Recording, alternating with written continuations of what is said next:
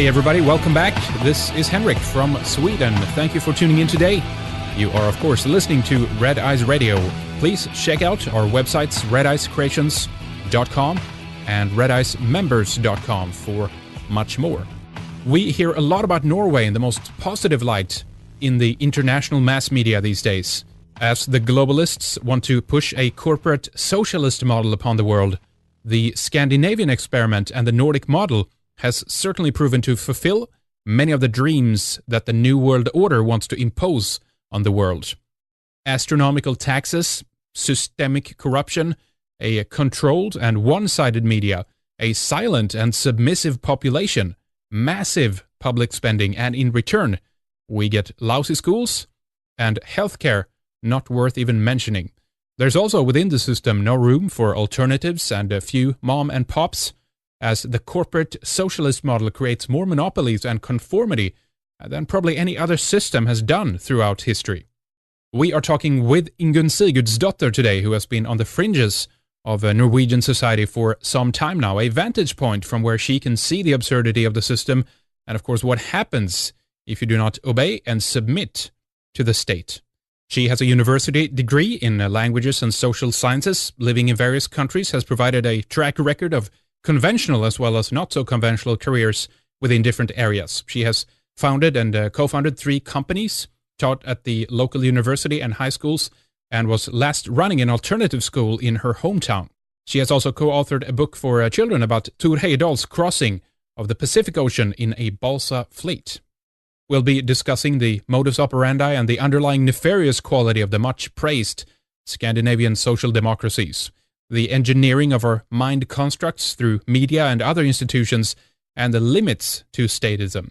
This is an extended 2-hour segment, and in the second hour we'll speak more about when the Norwegian police showed up at her door with the equivalent of the Food Safety Agency in order to stifle her economically, basically. We'll get into some of the history of the Scandinavian countries towards the end as well, as this is where the key lies, both to why we have been so fiercely opposed and sought to be controlled like no other, but it's in the history that the secret to our rebellion also lie.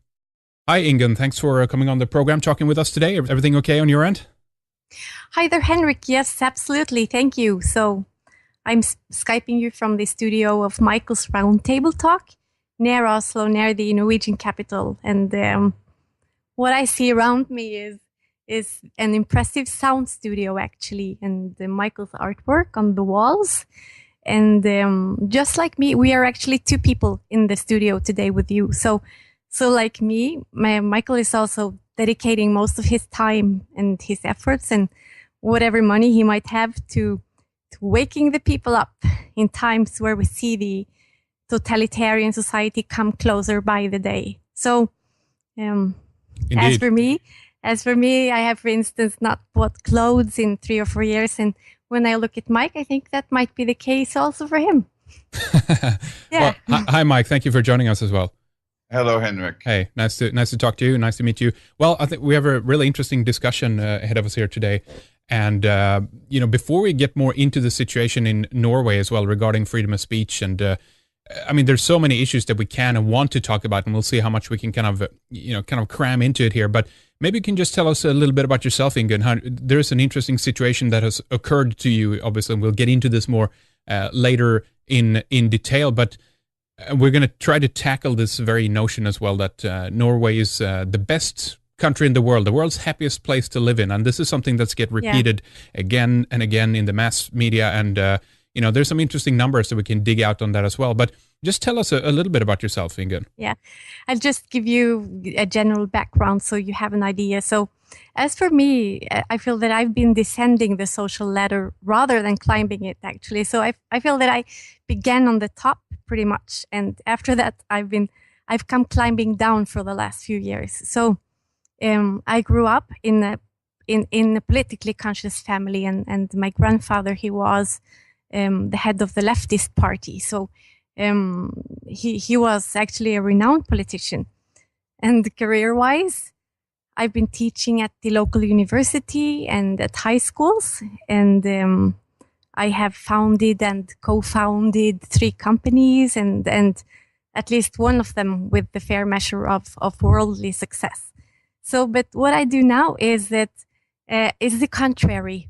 I'm cleaning houses, for instance, and I have turned in my Norwegian citizenship. So I've become what some might call a free woman, but which is rather just returning to the natural sovereign state, without any tags really. So what I live by now is my ecological green economy, which the state is very happy to label black money. But as far as me is concerned, I would say that it's the black economy that the state promotes exclusively. Right. So many people. So when I think about the things that I do now, actually, I think it's so sweet because the allegory fits my life so nicely. So Shakespeare, he says that all the men and women are merely players on the stage, right? And there is only one person who is outside this matrix and who isn't in the game. And that's the cleaning lady, because she comes onto the stage when the actors have gone home, and she sweeps the stage and cleans up after them. So that is actually me now. But if you go to the Norwegian media, you will have to look hard and long to find someone more demonized than me, because I've been visible within the media for the last years as very critical voice of dissent. How did that, tell us just how that happened, how that occurred, and why they, because usually what happens, at least in Sweden and some of the other countries here, they just do not kind of touch those issues at all. They just avoid it altogether. Were you kind of in the media limelight before you kind of started on your little awakening journey, if we can call it that? Absolutely. I was on my awakening journey. And then it was during the swine flu period that I was kind of launched onto the national stage. But it is, as you say, we had to ambush the media and use strategies to come onto the national media, actually, to be heard at all. So once you are heard, special things happen to you. But that's kind of how it started. So during the swine flu media, some of us became very visible, and then it has escalated from there. And now we have a few voices or a few people that are commonly known, I would say, nationally, more or less, or people recognize our names, and they know that we actually have the position of dissenters or nonconformists. Yeah. And Michael is absolutely one of them. Very good. Now, I wanted to ask you as well, before we get deeper into this then, just a little bit about the media environment, because obviously we have a personal experience of yours we're going to relate a little bit later, but I think according to the World Happiness Index, I think that's what it's called. It's actually a study being done by the Legatum Institute. It's a globalist think tank, pretty much. One of the spearheading gentlemen there is Jeffrey Gedmin from the Aspen Institute and Council on Foreign Relations and some of the other interesting neocon connections that he has. And he has released his index, and the Legatum Institute, continuously put Norway on the -- 1 spot there. And there are a couple of parameters for this. For example, the economic situation. There is the so-called the happiness question, but also freedom of the press and freedom of expression and freedom of speech and everything else. And if the situation is same as it is in Sweden, then we certainly do not have a free press. We have a state-subsidized press, one that do not, bite the hand that feeds it, and the critique is very, very nominal. So an extension to this is, of course, that when this indexing think tank comes along to ask people in Norway, for example, about questions like, how corrupt do you perceive your politicians or your political system to be? Usually that scores pretty fairly low, because people are not aware of it, because an indication of this is that the press have to first of all talk about these issues so that people are aware of how corrupt it is. That's the situation I feel in Sweden. Would you say that it's very similar in Norway? Yes, absolutely. And that is what we will be talking about, basically, because projected to us, you'll see that there is the image that we live in the best country in the world, and that our people is the happiest on the planet. And then occasionally you have polls and you have statistics that try to embed these facts into our minds so we will never forget. So if you ask any Norwegian, they have some kind of automatized repeat button when they will tell you just how wonderful our country is. But it's a default answer, right? You get a default answer from the person you're talking with. Exactly, because the image projected to us, it's so easy to feel the logical dissonance and to feel that something is not quite right, and that's what we'll be touching upon. And this is very painful, actually, for the Norwegian people. And what we experience these days is the pains of waking up, and many people right now see their illusions crumbling, which is very painful. But before getting more into that, if it's all right by you, I just wanted to clarify a little more about my position, or actually Sure. what I wanted most of all was possibly to conclude right away, just to ensure that the conclusion doesn't get lost in the details, because as it is, we have a very clear image of what is wrong with our countries. And I would for one, I think possibly Mike too, be able to describe it quite precisely. Mm-hmm. So what I feel, or what I actually know, is that we, the people in the Scandinavian countries, we have been subjected to a scam that runs so deep that it's very hard to grasp. So what we see is that George Orwell's Animal Farm has been created within a format that could be called the welfare state. Yeah. Right? Yeah. That's exactly how it is. And then the real objective has been to capitalize to the max on the human resource. And at the same time, all kinds of techniques of social engineering are being actively employed. So each time we show nonconformist behavior, they come along with some instrument to prod us and to get us back in line. Yeah. So actually what we think of as the government, because we think we have a government and that we are a sovereign nation state, but my findings is that these governments are actually nothing more than just platforms. And the purpose is to ease the corporatization of everything that can be sold. So our names, our birth certificates, our DNA, our signatures, everything can be sold. And as I see it, this is the purpose of governments. And the government is in itself a corporation with owners. Yeah. Well, so, sorry to interrupt, but I have to chime in. There is something that I've seen as well, that the lingo, the language of that comes with the welfare state has been a scam to begin with. I mean, we see nothing for it practically, and it's all.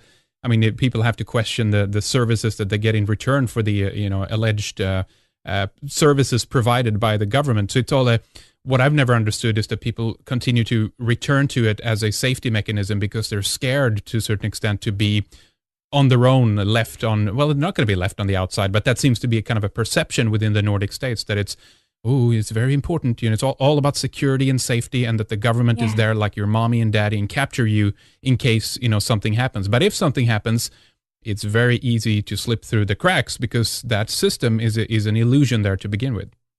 Exactly. And, it's done very cleverly too, because in Norway and also in Sweden and in Denmark, we have beautiful nature landscapes, and especially in Norway, which is very small and thinly inhabited country. People, they love the nature. So do I. I love my country, and we have a feeling of closeness to nature. So what the state has done, or what has been done, has been kind of to create an association between everything we love and the state. Yeah. Like creating neuronal pathways that when we think of the state, we automatically think of everything we love, like the nature. So when someone comes along to criticize the state, people, they feel almost grief because it's as if they are losing everything. Oh, it's a personal attack, Yes, it is. So it is, as you say, there is no way of, for most people, they cannot even begin to conceive how life would be without the state, because we have been born into the social contract and indoctrinated quite heavily since we were small. Yeah. We just haven't known that it's been indoctrination. We have thought that we've had a free country and that the things we learn in school are accurate and represent reality in very good way, but actually it's been indoctrination. And to some people begin to realize this, but it's painful. Well, indeed. And Mike, let us know if you want to chime in or have anything to add to this as well. Feel free to just jump into the discussion, okay? Well, I do agree very much with the idea of the animal farm. And Norwegian socialization is the absolute best well-kept animal farm in this district. Yeah, I couldn't agree more. It's a political laboratory. It's been very easy because of, I think, the trust in all. There's a couple of professors in Sweden as well, specifically a guy called Lars Trädgård, who they wheel out every time they're to talk about anything that's Swedish. For example, we had that piece, I don't know if you guys read that, in The Guardian by Michael Booth, who basically attacked the Scandinavian countries and the model. And I mean, I was very... to the first initial extent, I was glad to see that, but on the second side of it, I was also disappointed to see that the critique was kind of misappropriated, was directed in the wrong, kind of places to a certain extent. But nonetheless, they wheeled out Lars Trädgård, who detailed this afterwards in The Guardian and basically defending the system and saying that, no, it's not a totalitarian state. This is all voluntary. People are agreeing to it. But my point has always been that the social environment that exists here, the social engineering, partition with the education system, the fact that at least in Sweden, homeschooling has been banned, it's incredibly homogenized, and this kind of image is being built of how you are supposed to be. And if you break that mold, if you fall out on the outside of that, you really feel how narrow it is very quickly, and also that it is totalitarian in nature, Not only that, but it describes mediocrity. Yeah, the voting is simply mediocricy. And if you're an extremist, that also means you're bad, when it also can mean you're extraordinary. Exactly. It works both ways. You have crab mentality, or basically no one can kind of escape or do something different and come out of that. Go ahead, Ingunn. Yeah. So actually, if you read, it's interesting what you say, because my impression is that when you read the works of people like Bertrand Russell and Aldous Huxley, The Brave New World, and George Orwell also, they have a futuristic vision of what the scientifically created society would be. And I think that what you see in the Scandinavian countries is exactly this. So you see all the mechanisms in place for eroding family life, and how the woman and everyone is asked to identify with serving the state as the maximal goal in life, actually. That's right. And the state will care for your children. So you can see. So what I think is that the Scandinavian countries must have been consciously chosen to see what can be created in terms of turning us into submissive slaves. And what is also true is that one of the mechanisms that they use is to choose to have a huge state administration, so that half of the people can work for the state, and their job will be to control the rest. Exactly. So, yeah. So we keep each other in place. And it's very good, very well put. It's a kind of a self-policing. It's not a police state as you would think of it, because the police, the existence for the militarized police, or the full-on guards out there with tasers and acoustic weaponry and everything, that's not needed, because the population police each other, right? It's a perfect, efficient system in that way. But it's very important what you bring up, and that dependency on the state as well. I think in Denmark, that over 50%. I know that the state is the largest employer, but the one thing that usually people miss as well is that one of the reasons for the success economically, and we don't have to look at Norway's oil resources as of yet, but the fact is that it has been built on at least about 100 years of free market before the ideas of folkhemmet, the socialist kind of environment came into place. And that's why, for example, we saw a crash in Sweden back in the 90s, because it was basically, it managed to perpetuate itself just for so long before it actually crashed. And I think that one of the reasons why Norway has survived is because of the oil funds and can still do the same behavior, if you know what I mean. Exactly. That's exactly what is happening. But you know, our countries are very confusing because they can still lean on the relative riches or the relative welfare that they are able to muster. But the thing is that we feel, or what we see is a very subtle form of totalitarianism, because there is a stark contrast between the facade and the actual things the government do. So it's very confusing. It's like dealing with Hannibal Lecter, really, or it's as if you have smooth operations on the surface, and then you see that Norway promotes itself as the peace negotiating and peacekeeping country, the kind of on top in the hierarchy of countries with very noble intentions. And so we are very big on promoting ourselves as the most humanitarian country in the world, and the nicest people. And we are also taught regularly that we are a nation of good people and we are actually best in the world at many things. Yeah. Right. But then at the same time, there is a darker side, because it's also reflected in the numbers, and I'll get back to some of the numbers. But you will see that we engaged very heavily in military operations in countries where we really have no business, and the basis for our participation in Libya and such is it's based on the thinnest public discourse you would ever see, and you hardly need any argument at all, because people are used to thinking that our government is good and it has noble intentions. Yeah. So it's all right. They can just go to war. Doesn't matter. So even if the people realize that, okay, 1 million people was killed in Iraq due to our interventions, and we spent billions and billions on aircrafts bombing Libya, there is no connection made in the mind that creates crack in your perception of what the state is. Yeah. So you see, the public pension fund, that's we have very good feelings for it, because we think that this is our national pride and our saving vest. And then when you see where they invest the public pension fund, it's into the most nefarious corporation you could ever think of.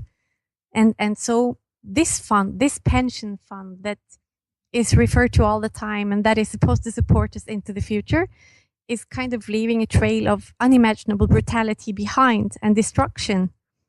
So, and also among people, they will feel that the state more and more and more comes down with an iron fist. Yeah. And using brutal, stupid force in a way that we haven't seen before, because this has been an innocent country. So we can see that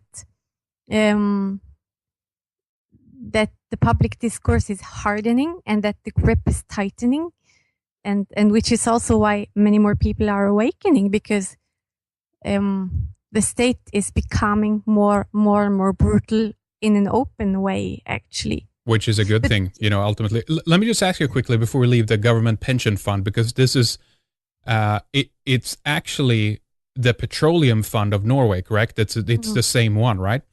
Yes, that's the one. And it's now called the pension fund because it has a good name, exactly, yeah. Because now they can't even associate, petroleum has obviously been demonized now around the world to all the environmentalists and everything else. Yeah. So you can't mention anything about that, right? You can't face reality, the fact that, yes, we use petroleum, people, just get over it, or, let's bring on a new energy device to the market here. But nonetheless, surplus oil money then goes into this one.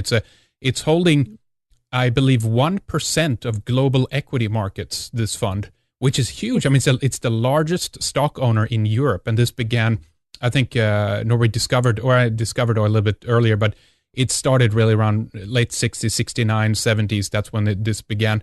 And one of my questions has always been, if this is such an incredible, huge fund, why does Norway not pay off its debt, for example? Norway still has about 30% of GDP debt, and this means that this is something they could actually sort out with this fund and actually make sure that all the money that's brought in is something that's from scratch. They don't owe the IMF or anything, anything, but they don't do that. And people also have a perception that the sovereign wealth fund or the government pension fund is going to be distributed among Norwegians. You all have a piece of it, right? You all are going to be rich someday. You're going to get a handout from the government. This is never going to happen, right? No, it's never going to happen. And there is some kind of rule, an action rule, they call it, that permits them to use, I think it's 4% of the income of the pension fund each year on the population. So what's obvious to most people, because we have this notion of us being the richest country in the world. But when you look to healthcare and when you look to public schooling and such, you will see that what happens to all the money, where do they go? Because you cannot find them. You cannot see the traces of this distribution of wealth actually among the people. You can't see that the infrastructure is getting better. What you see is the contrary, that everything is deteriorating. So what I think about the public fund is more that it is used as an investment platform for corporate forces. And we are told that we have an annual return of, I think it's like 13% of the investments we make every year. And 13% is very little. If you are into investing in the stock market, and especially into the type of corporations that the public investment fund invests into, then you would expect a much larger return. So my impression is that this is kind of a pool of money and a platform for investment that kind of is one example of many of the transfer of wealth from the grassroots and to the oligarchical forces in Europe. So my impression is that this is what we see. We see a looting of the people. We see that we lose everything, and that's the tendency. We're told that we are a rich country, but this is actually just an illusion, because where is the money? We don't see the money. Well, exactly. I wonder if it's a slush fund. I mean, ultimately, it's Norges Bank Investment Management that actually controls the fund, the Norwegian central bank in this case. Who's on the board there? Where does this actually go? People are way too naive in the Scandinavian countries and think that there's no corruption going on. There's not people who line their own pockets. I mean, the fact is that the corruption is so brilliantly veiled in obscurity by the government that and that's also why you don't hear a lot of loud voices out there in Scandinavian countries speaking up and talking about this. And even if they were speaking up, there wouldn't be a media environment for them to speak up in. So the rest of the world has an opinion that, oh my God, it's got to be great, right? It's something, they're doing something right, because I don't hear any critique. The Norwegian bank and the oil department are actually registered on the New York Stock Exchange. Yes. So these are corporative essences. They don't have anything to do with government. Yeah. And when we spoke about the purpose of government as platform for corporatization of everything that can be sold, actually, I think that might be a central point, because the point seems to be, how can we make the most? How can we capitalize the most on the resources that are available to us? So what's happening is that in the same way as property can be sold, countries can also be sold, and the assets within it. And the assets within it is actually you and me in our productive capacity. So what I think is that Norway is owned by someone, which is why we see the looting of the country, right? Yeah. So in order for the government to obtain new loans, because it's ridiculous actually that Norway has a foreign loan, or that they have loans. But that's how it works, how the scam works actually, when you understand the scam and the deeper structures of the scam.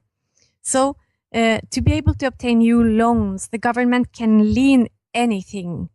And that's what politics these days is actually about. And I think that I heard that in Sweden you had the case of Öresundbron. Mm-hmm. The bridge of Öresund was liened to obtain a 120 billion loan, wasn't it? I believe so, yeah. Yes, but there has been very little in the media about that. So what we see is that the apex of the financial industry, the banks and such, they are actually trading in all kinds of security that can be sold and rehypothecated and rolled over until it all blows up in our faces. What you can see around us is that among our European brothers and sisters, it has already blown up in their faces, right? And you can see that from the demonstrations in Spain, for instance, and there is no coverage of this in our media. So what we actually see is, I think in our times, which is why it's so important for us to speak out, and which is why Mike and me do the work we do, is that we see a very hasty transfer of wealth from the grassroots. And so to sum it up, this is what you see. You see the politics about these days seem to be about getting the signature, getting someone to sign so that you can have a transfer of wealth into the hands of an oligarchy. That is basically the banks, actually, or the very few corporations that control the world. And it's happening so quickly. And the pension fund is also used as such an instrument. But what we see is that all of our national resources are privatized and sold. The water is becoming privatized. The electricity has been, which is kind of our national gold. So everything that we used to think were sovereign values, everything can be now securitized, sold on the open market. And this is this looting of our countries, which will be leaving us without much, which will be actually sending us back into poverty. And this is happening in Europe. This is the reason for us now reacting and asking the people, please to wake up and please to realize, for one, what is going on. And secondly, what you are consenting to, because this can only happen through your consent. So if you wake up and see through this game, then that's very good vantage point for taking our powers back and our future back. Let me just comment on that too, because just what you mentioned is absolutely true, and about the selling of the private or the public assets rather. And then another fallacy on top of that is that people mistake that for being free market or so-called capitalism. When, for example, we had a guest on who actually was one of the persons that visited the Bank of International Settlements, those meetings in Basel, Joan Vion. We still have that in the archives for people. But she brought this up and talked about what's known as public-private partnership, PPP. This is the selling of public assets. And then you have, of course, a few people from within government who, for example, goes onto the board on a company that actually managed to get the contract to purchase these assets. So you have a very few people controlling it. And the company, though, is still under the management of government. They're still under the restriction and the rules set by government. So there are going to be tariffs and fees there. So it's a win-win situation where government still kind of by proxy controls it. But you have a small amount of privately owned, people privately can own the assets and make money on it, but the government makes money on it as well. So it's this perfect merger of two different systems that seemingly would clash and collage. But the fact is that now they've managed to pull this off with the public-private partnership. So it's not free market, and it's nothing to do with that. No, it's not at all free market in no way. But my impression is even maybe more radical than yours, but I might be wrong. But my impression is definitely that the banks own us, and that a scam was pulled where we went bankrupt in the 30s after the general bankruptcy in 29, and were forced into agreements with the banks. And when we then became illiquid after that, we became the property of the banks. So what I think is that what we think of as our nations are owned by the banks. They are actually the banks own us and control us, and we can see that also from documentation. It's very easy to see how the European central banks through Basel and through the Basel 1, 2, 3 have stranglehold on regulation, and this is absorbed into Norwegian law as passed for Norwegian law, but has nothing to do with Norwegian law at all. But from documentation that we have seen from the World Bank, we can clearly see that the Norwegian Central Bank is an account in the World Bank, and that the World Bank also is owned by the BIS, and that this is the apex of the forces that run us, and to be able to pull this scam, to pull this illusion of freedom while we really are slaves, just in modern format. It's as if they had to create something called the welfare state and something that resembles a sovereign state, and where you have the illusions of real politicians having real power. But when you look to the legislative powers, which are the expression of the people, or supposed to be, in the so-called democratic countries, then you see that they have no power anymore, not at all.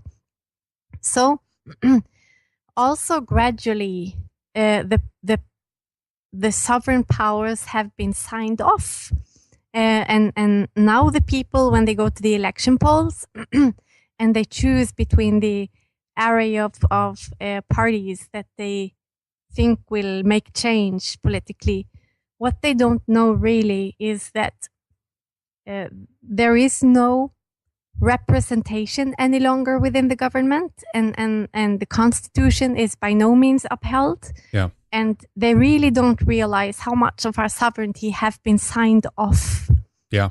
And you guys in Norway are still not part of the European Union, but you have tons of economic agreements with them, which still kind of you really under the thumb of the European Union anyway. So it's another illusion, basically.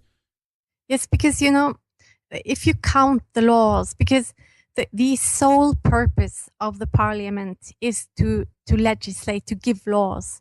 And then you actually expect that the laws that come to us, to the people, and are filtrated down through the system, come from the parliament. But then if you go to the database where you can, it's something called law of data, then you can actually count the laws and compare the laws and see how many laws were there before the European Union and how many laws are there now and how many laws have come from the European Union. Mm-hmm. So then when you count the laws, you actually see that I would say 95% of all of our legislation comes from the European Union. Yeah. And it's funny because Norway is the country that is most loyal to the European Union, and 99.7 of the directives, which are called laws, that we get from the European Union are passed as law or as directives, statutes. So I think that, but this is kind of, you see, the image promoted to us of who we are.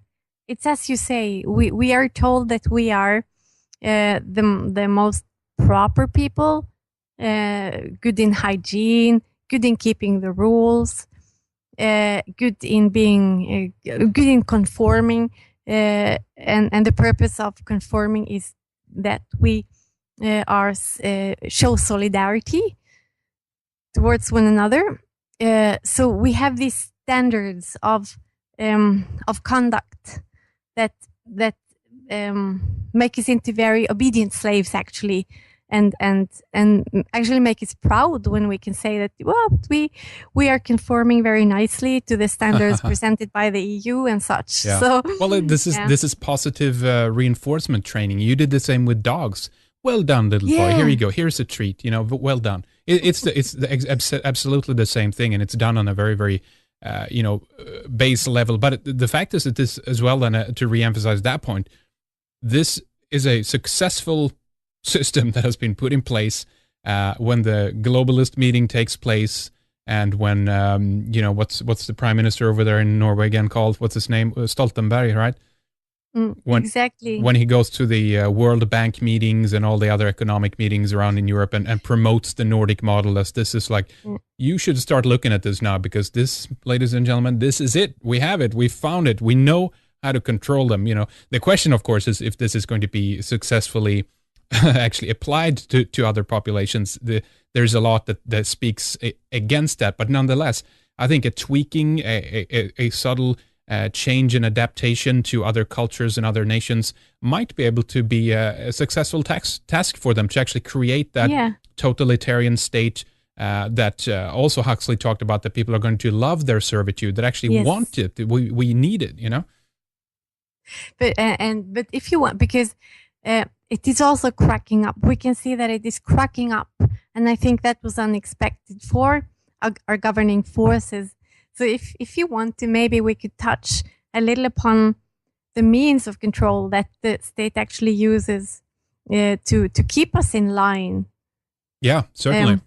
Because it's very interesting, and it's so fascinating that people don't see through this the techniques, because you can very well see that controls of or techniques of mind control and social engineering techniques are being used on you. So maybe we can begin a little with the media, because the media is the primary tool used to keep us in check in shocking ways, very often actually. So what we see is that in order to keep us in place, they need to have the mediatic tools to kind of fixate a worldview and also make opposition impossible, because if you oppose, then you are hang out to dry in front of the whole nation. So what they need is very narrow worldview that can easily be controlled. And you felt this, sorry to interrupt, but you felt this firsthand, because you've been appointed to be that kind of person in certain settings, right? When you talk negatively about the vaccinations, for example, or anything else, where you basically break the mold of the established view in any issue, really, and you have been for a little bit kind of the go-to person. So you've experienced that firsthand of how it is to be put on the outside and basically ridiculed on that level, correct? Very much. So what they do primarily is, when you get out offline and want to take the conversation or discourse into another direction, is that they start tagging you and name calling you, kind of based on advanced tools for trauma-based mind control. So when you have a trauma that is deeply embedded in the minds of the people, in the psyche, such as the Holocaust or the Norwegian killings at Utøya in 2011, when you actually hint to these events and associate them to your name, then people are immediately repulsed. So if you speak against the government, you will immediately be called an anti-Semite. Yeah.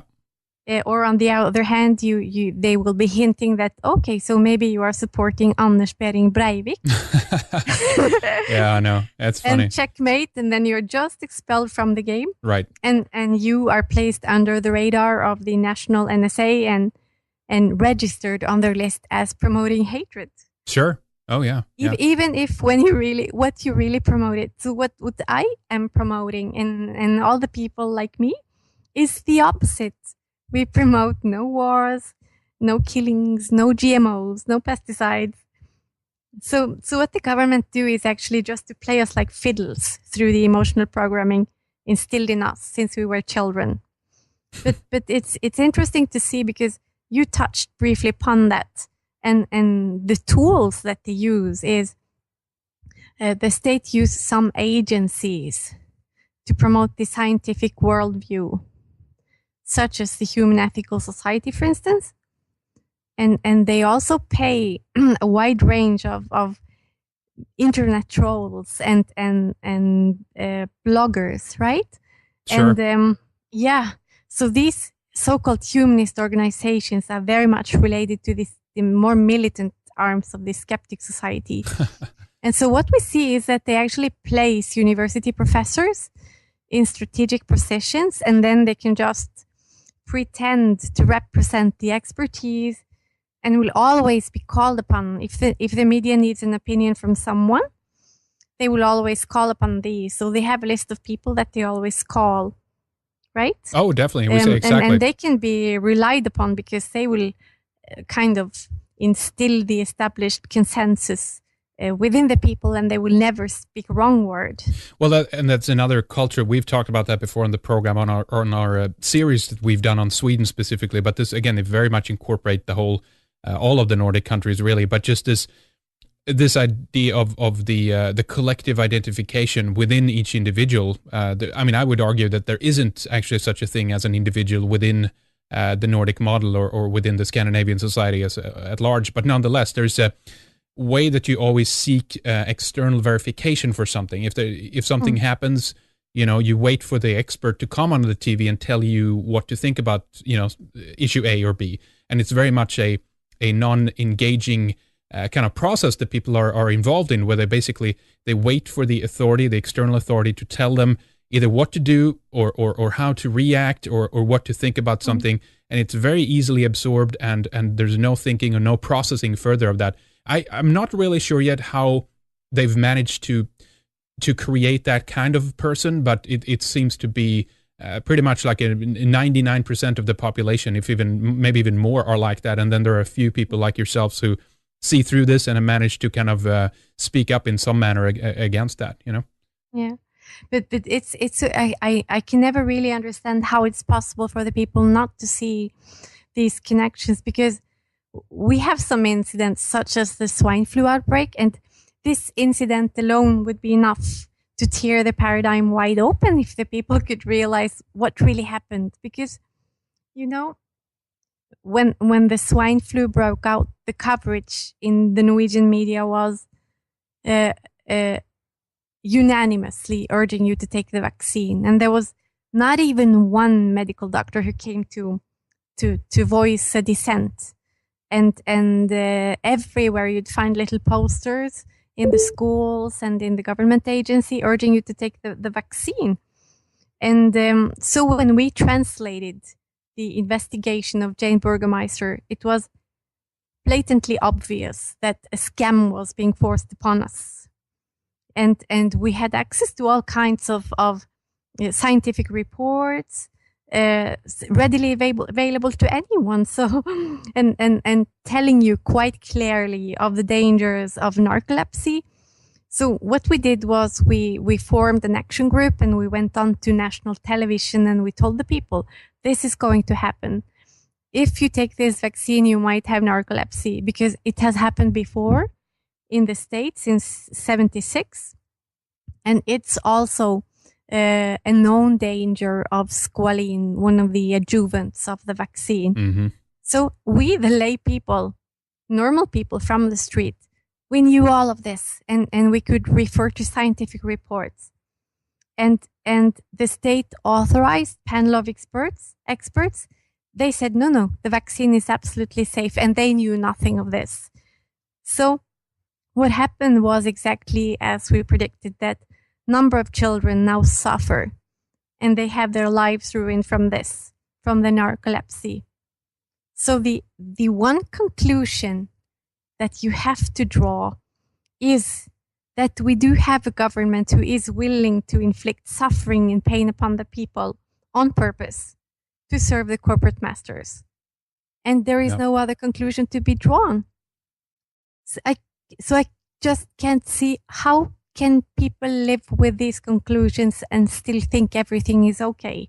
Well, I think it is a very deep, not only subconscious identification with authority, but just something they even consciously know, that if you begin to, if you have lived your life where you have used the state, to the government authority as the crutches to your own life, if you're to remove those, if you're to expose those for the lies that they are, the fact that they don't have your best interest at heart, they don't give a shit about you. If you come to that realization, that would mean that the way that you've lived your life and the way you supported yourself for all that time is going to crumble underneath you, and you are literally not going to be able to stand on your own feet or your own legs because of that. You won't be able to carry your own weight. So it is that dependency, I think, that is so dangerous. And again, I think that's why, from a psychological point of view, they have pushed the idea of security and safety, and this is going to be something that's external to you. It's not going to be that you are the own master of your own life. You rule yourself, you judge yourself, you make your own decisions, but it's always completely external, and therefore they defend the state because they are, in fact, the state. Exactly. So it's sometimes I think that it's as if the population is suffering from the Stockholm syndrome, where you actually love your abuser because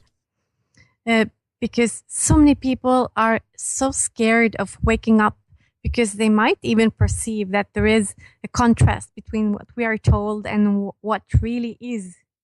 So it's so scary for them to wake up, and what they often say to me, they kind of cling to the illusions that at least things are better in Norway than in the rest of the world. So they tell me, would you rather live in Somalia or some place like that? And then they are happy. So they're happy with the minimum.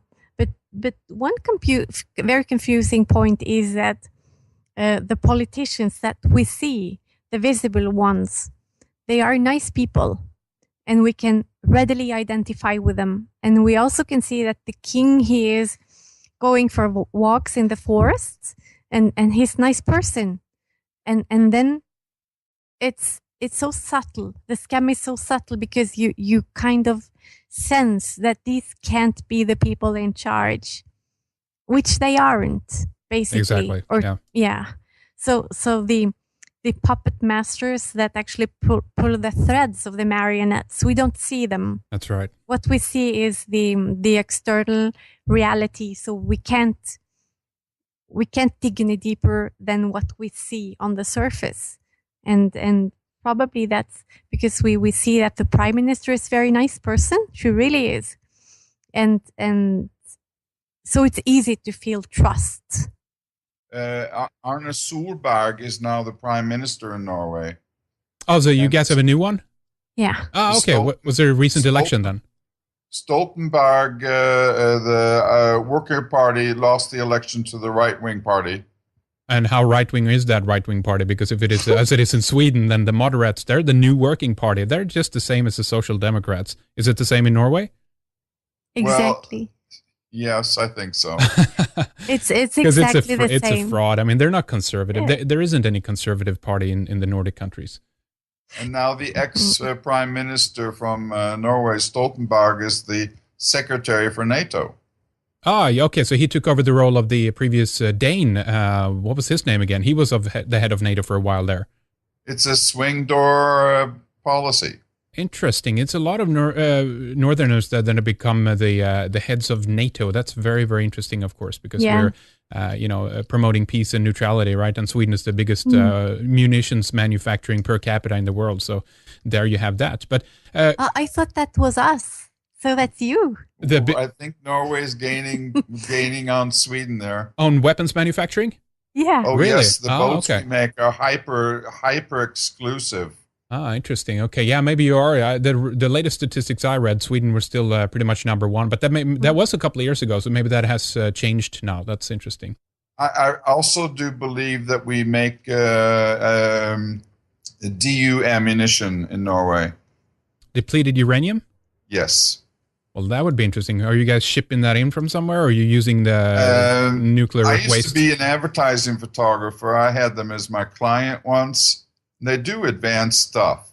And I've heard from people in the military that have family working there that say, yes, they do produce DU ammunition. Wow. All right. Well, that's interesting. Now, guys, I think we should take a little short break here in a while.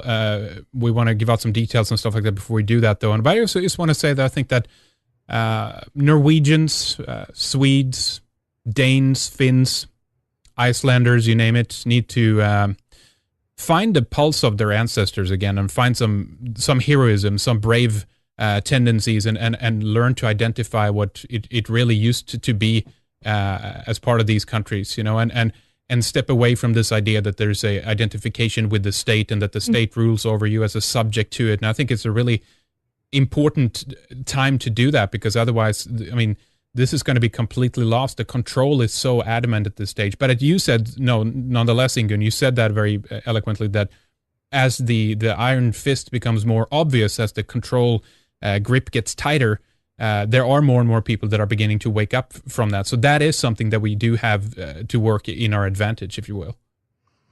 Absolutely. And I think that what makes this possible is the growing spirituality that you can see, and the longing to explore our backgrounds. It could be within the Viking mythology, but also generally you see the growing spirituality. And as for me, it's the universe that has helped me through this. Yeah, very good. Now, let's give out some details, guys. Ingunn, obviously you set up a website. You have, I don't know how long you've been running it, but please give us the URL for that so people know where to go. Is that primarily Norwegian, or is it some English writing you have there as well? So sorry, but it's just in Norwegian as it is, but we will be translating it as soon as we can. But for the record, it's Sigursdatter.com. Oh boy, do you want to spell that first, or should I just link that up for people who want to find that? it's my last name actually. .com. Okay, so it's SIGURD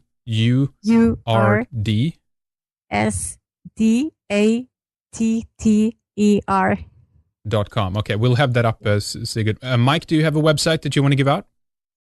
No website. The only thing I have is a blog talk radio, which is called Michael's Roundtable Talk. That has a Facebook page. We are talking with Ingunn Sigursdatter about Norway, the happiest place in the world, and of course breaking down the myth that Norway is one of the best countries to live in the world. One conclusion, though, of this is that if Norway is the best place in the world, then we are in deep trouble, and we've not managed to achieve much. In fact, it would be a sign that the prison planet is well underway, and that conformity and control is the main objective. And that's kind of some of the things we'll talk about here in the second hour as well, as we get deeper into the experiment, the political laboratory that has been the Nordic countries and Scandinavia. But Ingunn, I wanted to ask you more about what actually happened to you. We haven't gotten into this yet. The cops came knocking on your door. I mean, this is something, as you've been starting to feel now as a quote-unquote outsider, I guess, to a certain extent, of how easy it is for you to navigate in Norwegian society now, when you've been, kind of try to set yourself outside of it, basically, because, as we've been talking about before, Norwegian and Swedish, Danish society, Finnic and Icelandic too, to a certain extent, is all about conformity. And if you bump up against those edges of the playpen of the country, you feel pretty darn quick how limited we are, really. So tell us what happened to you, and give us that story, Ingunn. Yeah, I will. And I'll also give you a little background on why I became sovereign. But before that, I'll tell you the actual story and what led up to it. Because what I did was that I turned in my citizenship. And I didn't have to do it with bravado or with commotion, but I actually did. So technically, it would have been enough just to tell the government or the administration that there had been a mistake, since they seemed to assume that there existed some contract between us. But what I wanted to do was, with my example, to inspire other people actually to try to contribute to reducing the crimes committed by the state and creating awareness around these matters. So what I did was, I went to the mayor's office and I brought my passport. And I called the newspapers before, because this is the nature of the media, that they are also vain and they like good stories. So I knew that this would probably be irresistible for them to accompany me to the mayor's office and see me turning in my passport. So that's what I did. And this story actually became the most read story of the year of this newspaper. And then when I made such a statement on the front pages, the local authorities immediately had to come and make a counter statement the next day, claiming that everyone living on Norwegian soil had to conform to Norwegian law, and that it would be impossible actually to recede from the state. And then I made a counter reply, also in the newspaper on the whole page, saying that it wasn't really relevant to me what the government's response was, because it was exactly their jurisdiction that I challenged and I didn't believe in. What paper was that, by the way, and how come they how come they agreed to do give you such space there? Exactly, because this was a local newspaper. It was the county newspaper, or called Telemark Arbeiderblad, right? Eller Telemarks Avisa. But so when you go to the local level, even if the story comes out in a small newspaper, when the story has transcendence, it's immediately picked up by everyone. So very quickly it had been shared many thousand times on Facebook and such. So even a small newspaper can be used as a channel to bring forth this information. And had they known the criticism that they would get afterwards, they would probably not have, or they would have thought twice, most likely. So, but what I've come to understand is that the media is kind of a double-edged sword, because you can also use it to your advantage, because the media has an interest in publishing things that everyone would like to read. They are like prostitutes in that sense. They're all for the numbers. So, yeah. Yeah. So if you can arouse their interest in some way, sometimes they will swallow the bait, and so they did. And then the role that I carved for myself was that of guinea pig. Which means that all of a sudden everybody knew what I'd done, and all eyes were on me, which was what I wanted. Because to put yourself up against the government is actually dangerous. So I knew that I had to be in the middle of the bullseye, because that's where you are the most protected.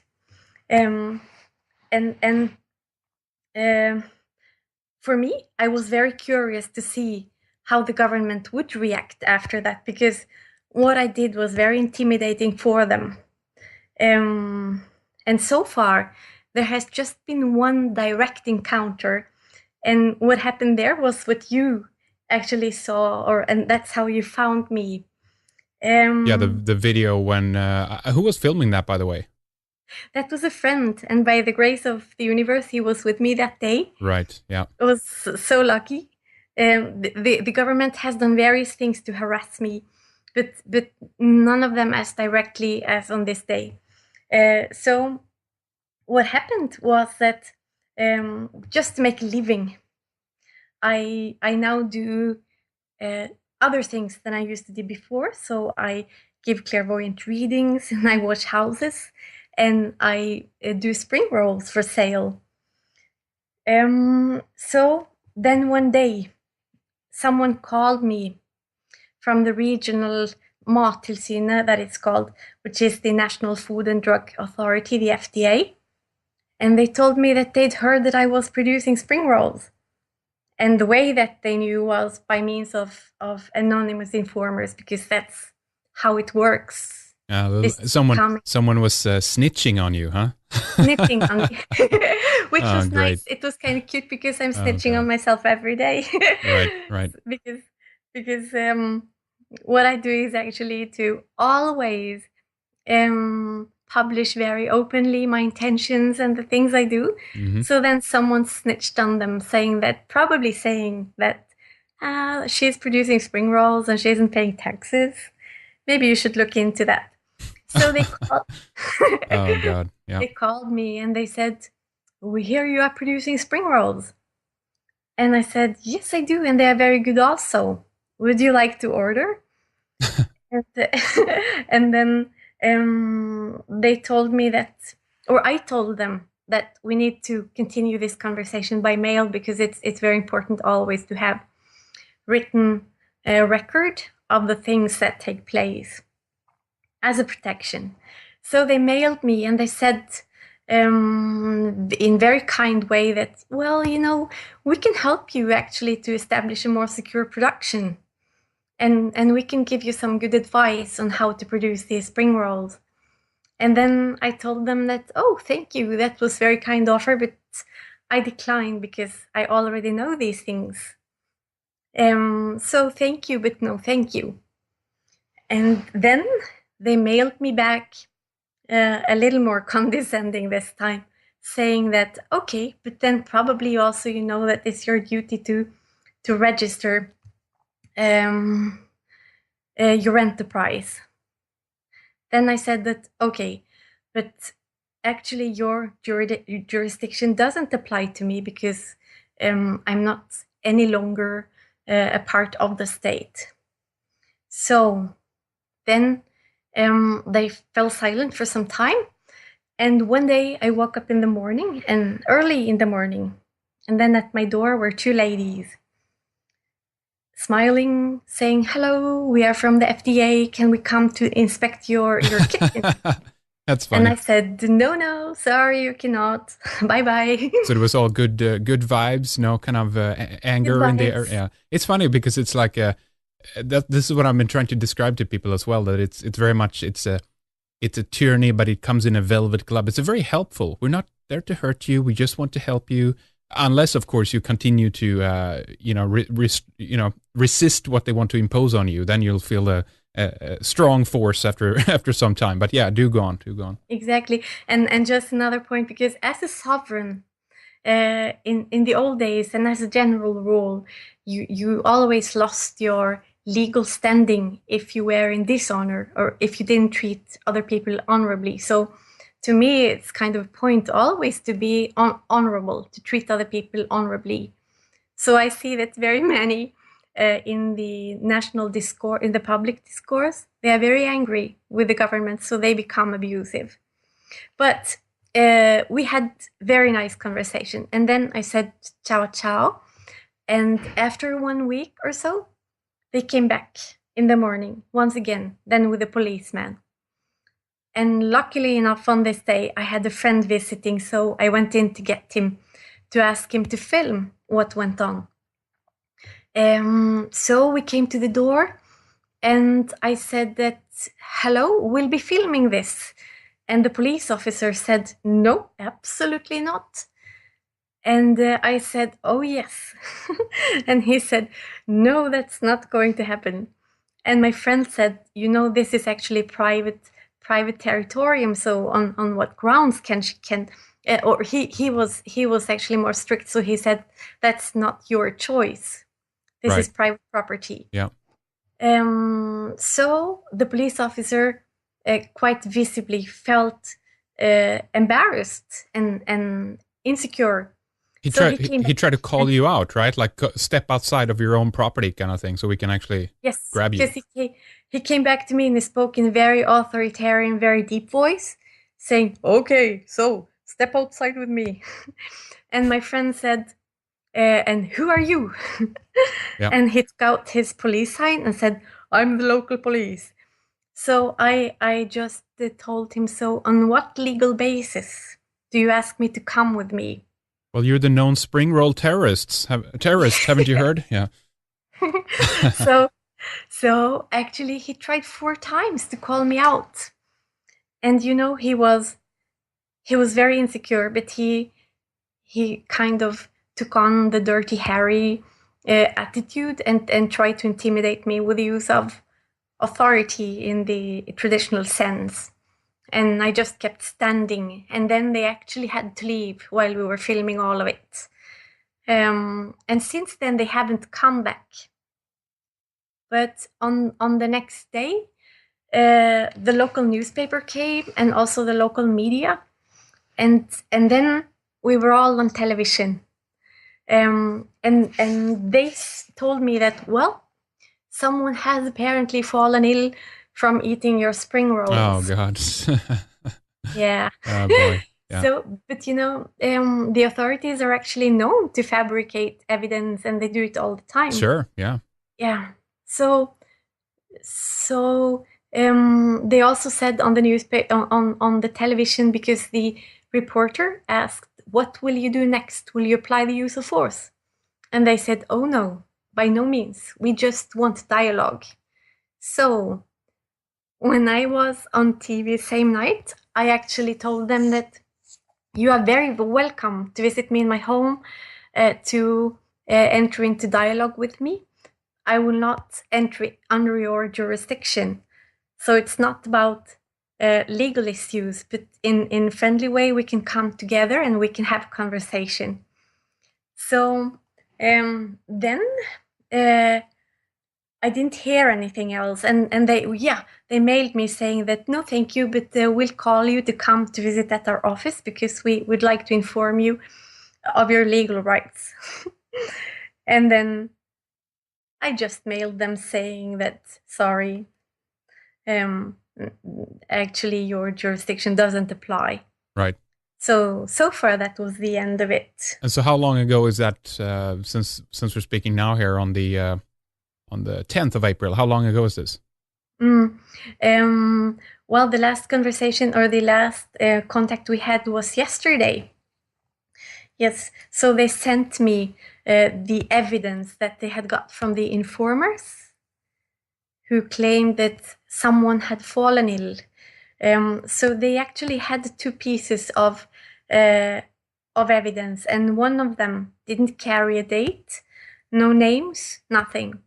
Just a simple note saying that someone has fallen ill, probably over your spring rolls, and that was it. And the other one said that the other one had a date and was actually a genuine informer's note. So it said that, well, this person is producing spring rolls and not paying taxes. And this is the evidence. And then they had screenshot some of my comments from Facebook. And yeah, so that's how far we got. Oh boy.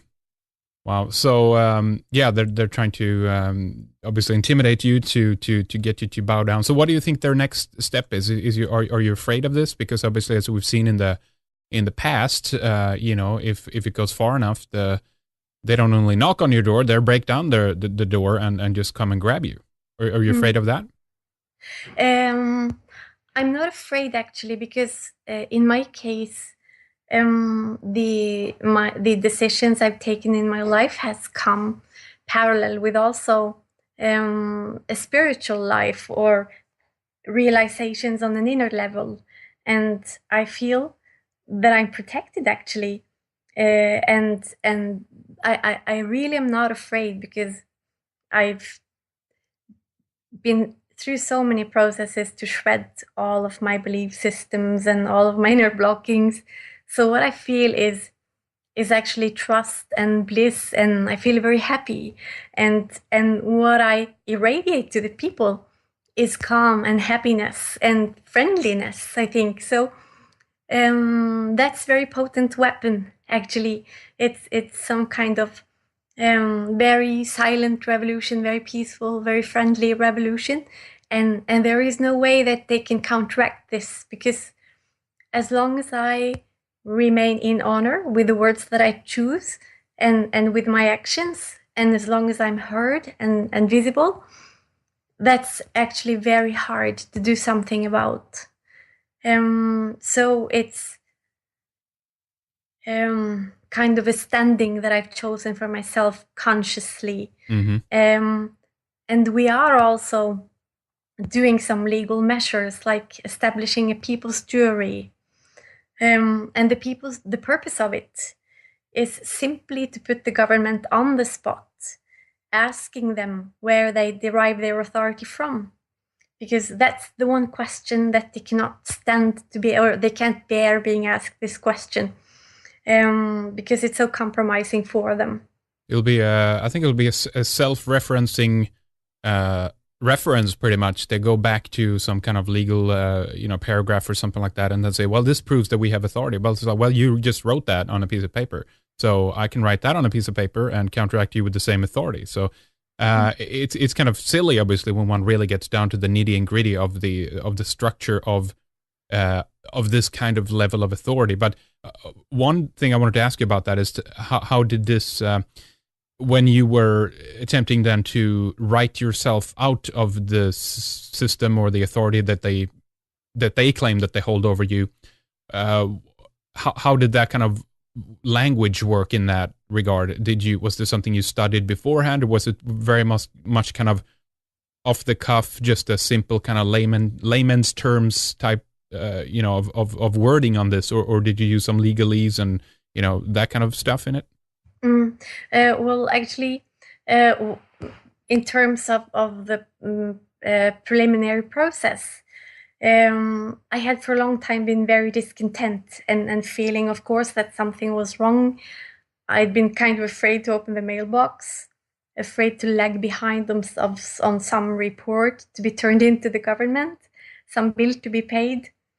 And when I really woke up to how the world is put together and the pieces started to fall into place, it just became more unbearable by the day to have any association whatsoever to the government, because the government promotes cruelty to an enormous extent. We both know that. Yeah. And so I felt that I actively contribute to promoting this cruelty when I'm a member or when I'm a citizen. But it was really not until the government started applying pressure on me that I was kind of able to wake up and shake off this trance, because I told you how they tried to put us down through the media with very in very vicious ways, actually, and what they do when you speak up, when you are nonconformist, is that they try to demonize you first, and if it doesn't work, they try to break you economically. So that's what they did to me. What happened to me is that the pressure that they applied to me kind of made my inside burst, and out came a sovereign woman. Mm-hmm. So I was very discontent and not knowing exactly how to react or what to do. And then I just woke up one morning and I knew kind of with all of my body, with every cell within my body, that I could not consent, not even for one more day, to being governed, and especially by such brute force. And in our culture, we haven't been taught to kind of recognize the truth from the lie in a good way. So we aren't used to listening to the body and recognizing the signals. But when I took the decision of becoming sovereign, I could just feel that my whole body responded with joy and with happiness, as if shaking off a veil. And same thing actually happened to me, that my body responded very loudly or very clearly when I changed my name and lost the name that the government owns, my previous name, mm-hmm. and took my father's name. So you went back and took your dad's name? Yeah, I chose it. Mm-hmm. Oh, okay. So yeah, okay. It was the name that I chose myself, actually, and which isn't the legal person name. Right. Okay. Mm-hmm. So it's not the registered name in any way. So what I did then was that I wrote to the king and to the government, just making a statement, a declaration of sovereignty, stating that I now consider myself a sovereign woman, and I disassociate from any implied contract that has been forced upon me by birth. And I was very careful to choose my own wording, but not using legalese terms, really, because legalese doesn't apply. Not really. It's more about knowing who you are and knowing that you, as a living person, can never be forced to enter into a jurisdiction forced upon you by other human beings. So I stated that I was a living woman, living sovereign woman, not anymore a legal fictitious person, and gave my grounds or gave my reasons for this. And so far, I haven't received any response. And I really don't need also to receive any response. But I did contact the legal department on some occasions. And what I experience is that the government employees are helpless because they cannot possibly engage in this kind of conversation because it's beyond their scope. And also there isn't any language or what's it called? It's not terminology that they're even versed within. Right. So they don't know what to say. So they just respond on autopilot, actually always giving an automatized response. Now, what address did you send this to? I mean, one you said you sent to Harald, right, the king then, and then Yes. one to where did you send the other one? I sent it to the Department of Justice, and I'm also not the only one. So a number of people have actually done the same thing as I have. And what I see is that even if in the beginning people became actually kind of aggressive towards me and feeling threatened by my actions, now new terminology has been introduced into the public discourse. So many more people have awareness of this, and they have begun to discuss statehood and the basis for the powers of the state, which is amazing. So raised awareness, which actually was my purpose, has happened. But to me, what I actually felt on a spiritual level, it was that because I went to something called the Princess Martha's Spiritual School. It's actually in Norwegian called the Angel School, but it's really just transmitting esoteric knowledge. So let me ask you about that. Sorry, was it Princess Mette Louise of Norway? Is that the one? Yes, Okay, so, she's the one. So what's her? I mean, I'm not saying that she's on the same page as you are or whatnot, but obviously there's a tie-in with the royalty there, who has been a representative of the very legal structure that we're basically talking about here today. Of course, they fulfill quite a different role. I don't know how the position exactly is politically, or what kind of enforcement power King Harald has in Norway, but nonetheless, there is a tie-in there. So does she? I don't know if you spoke to her directly or anything, but how if so, does she? Or is she aware of any of this? There is actually also a tie between us, and I genuinely think that she isn't aware of any of this, or that she hasn't given it any consideration whatsoever. And she was very brave in coming forth and promoting this school and this kind of knowledge, because and it was sorry to cut you off again, but just to clarify that, she was kind of it was a little bit more of a new age kind of in that environment a little bit, right? She had a psychic spiritualism and some kind of things like that, right, in her school. Just to clarify that I'm not in any way on the New Age page whatsoever. And, right. Yeah, and I absolutely apply the spiritual principles in practice into my life, and which is why I'm coming forth as a sovereign person or woman. But I've been one of the critics of the king's role, actually, because it's always diminished to us, and we are told that but he only has he doesn't have any formal powers, right? But he has signature powers, which is the real power. That's how power is defined. Yeah. So he is actually the culprit he's the source of the cruelty, really. There's no other way of putting it, and that's confusing to people, because And you know, the anatomy of power is not so easy to understand always, because all it takes is signing a piece of paper, and you can be conscious or unconscious of that. But that's the king's role, actually. Right. Yeah. He's the face of it, nonetheless, whether he knows it or likes it or whatnot. Yeah. Yeah. Exactly. So these are probably painful realizations, and I don't think that they have come to grips with this aspect at all.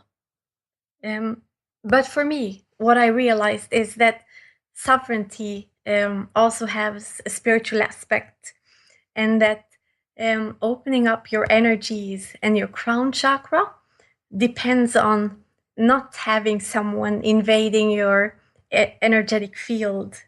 So what I felt very strongly was that what the government does is kind of hacking into your energetic field and preventing your crown chakra to function. And when you see the sovereigns, they actually wear a gold crown. And both in a spiritual sense and in a practical sense, that bears a meaning.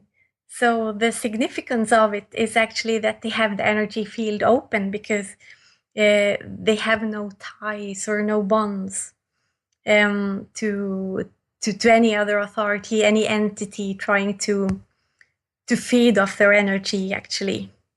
Yeah.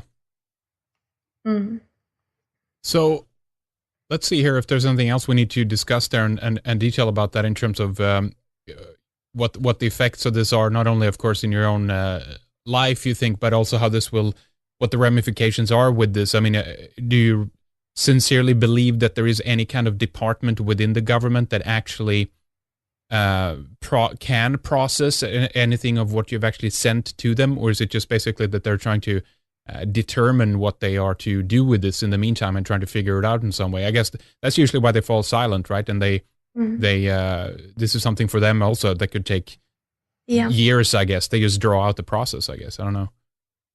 I think it all depends on us, actually, and our ability to go beyond the level of the government and realizing that we hold the actual powers. Sure. And the radical realization that we have actually the right to live without being ruled. Because we're always told that if we haven't rulers, everything will just become chaos and deteriorate. Sure. And as I see it, it's the exact opposite, actually. So what governments do is that they bestow upon themselves the powers to commit crimes that none of us can do. So governments, they can instigate wars, promote destructions of the environment, and rob the population. And we as individual people would be so heavily punished for these crimes. Yeah, that's right. So as I see it, this is what government really is. And as I see it, when we consent to government, to these destructive forces, we abandon our responsibility, which is a very comfortable thing to do. It's very easy to lean against the government and rely on them and feel that you are taken care of. But that, as I see it, that's not what we are doing on this earth. And that won't last either. Sorry to interrupt again, but it might be comfortable for people for a while. It might be for, and I'm not saying it has been for our generations now necessarily, but the violence that they exuberate is definitely more psychical, if I can put it that way, as opposed to physical. But nonetheless, it might be comfortable for a while. But we know that if human beings don't stand up to the tyranny system around them, they will take more power, they will take more money, they will take more laws and put them over your head, and eventually, if it's not us, it will be 2-3 generations down the line now that will have to fight the tyranny for us. So our comfort that we were wanted is something that's going to get a reaction further down the line, if you know what I mean. Yes, exactly. But it also has to do with liability in a legal sense, because if you isolate this issue and look to the legal world, there is a book called The Juristic Person by an author called George F. Dicer. And he actually states very clearly that we are just as much accomplice to the crimes committed by the corporation, which is the government.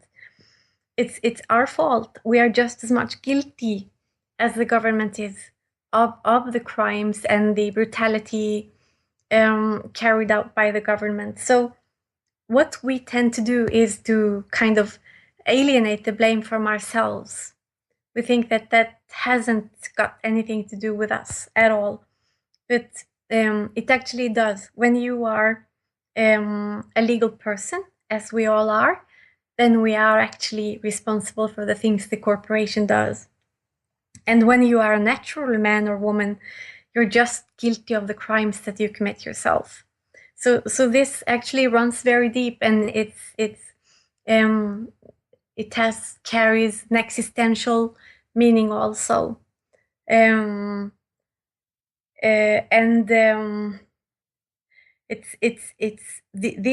all raises very important questions, and we can't avoid them for long because it's as if the moment has come to address them. Yeah. And what we see is that this is also a global tendency. So the work of heroes in many countries is spilling off, or it's rubbing off on me and other people like me in Norway and in the Scandinavian countries.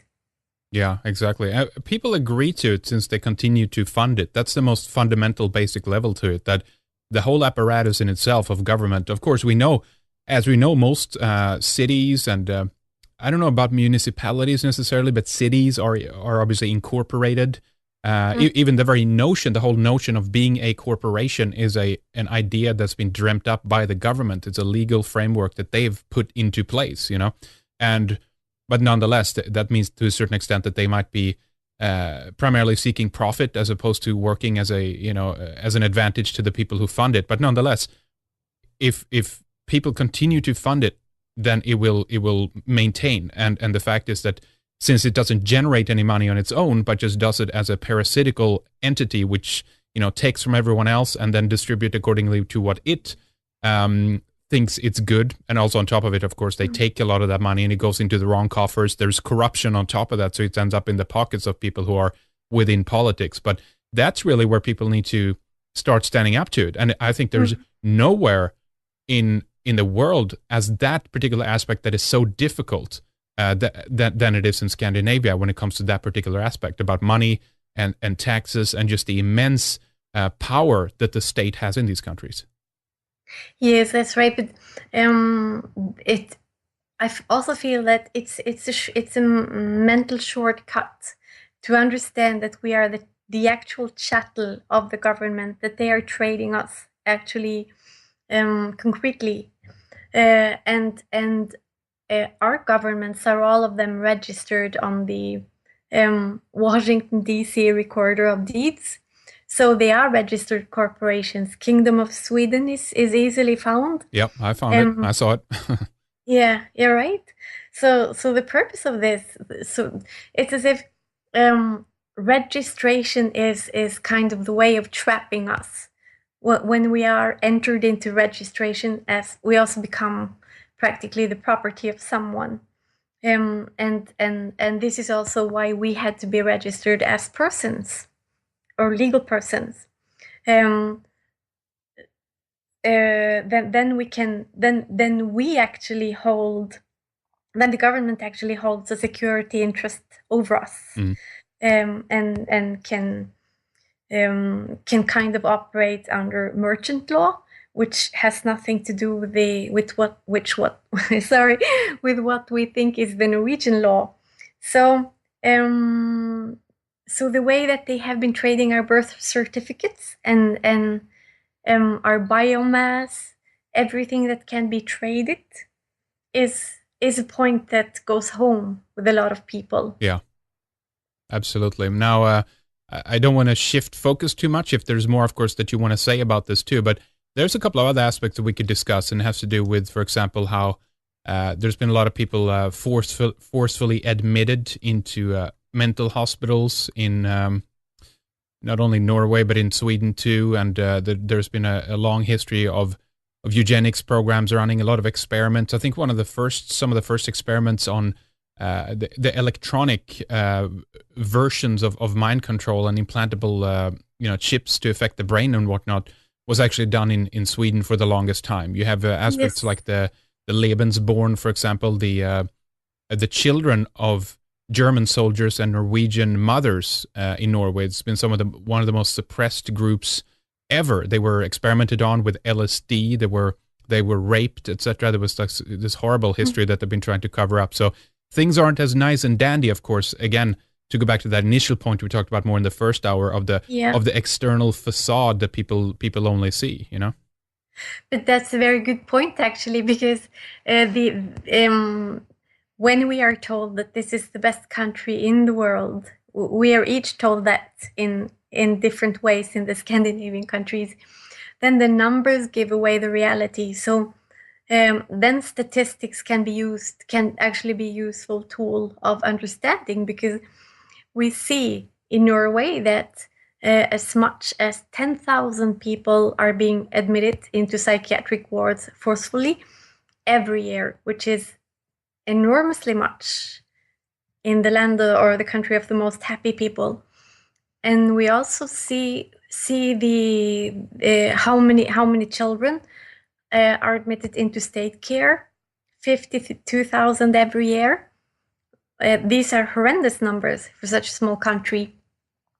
And pieces of our story that hasn't been told to us keep coming up, and it seems that it can't be covered any longer, really, because it surfaces somehow.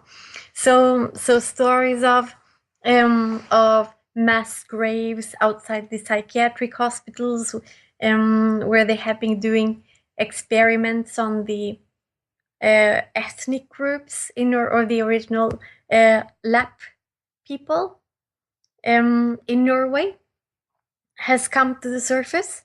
As you say, enrolling them into experiments with LSD and lobotomy and sterilizing all of them up till 76, actually. So this is quite recent history.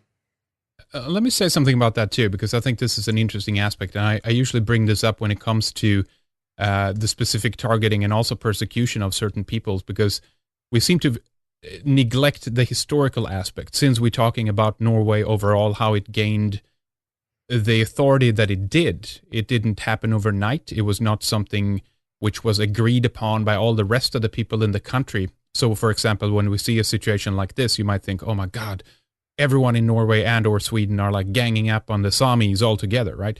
So the idea there is that I think the Sami is one of the tribes that still managed to live on, and that's either due to their basic northward location all the way up in Lapland, or it might be possibly because of a later entry into Scandinavia from the more northern tip of Asia. But nonetheless, if you look at, for example, all the landscapes in Sweden and Norway, most of the place names come from the fact that there used to be really powerful tribes, or there was a king that lived there, that had a people there. For example, in Norway, you had the Raumaresi, which comes from the Romareki. You had further down in Bohuslän, you had the Vinvilioth. I'm kind of butchering some of the names here, but they come from a guy called Jordanius, who wrote about the history of Skanska or Scandinavia.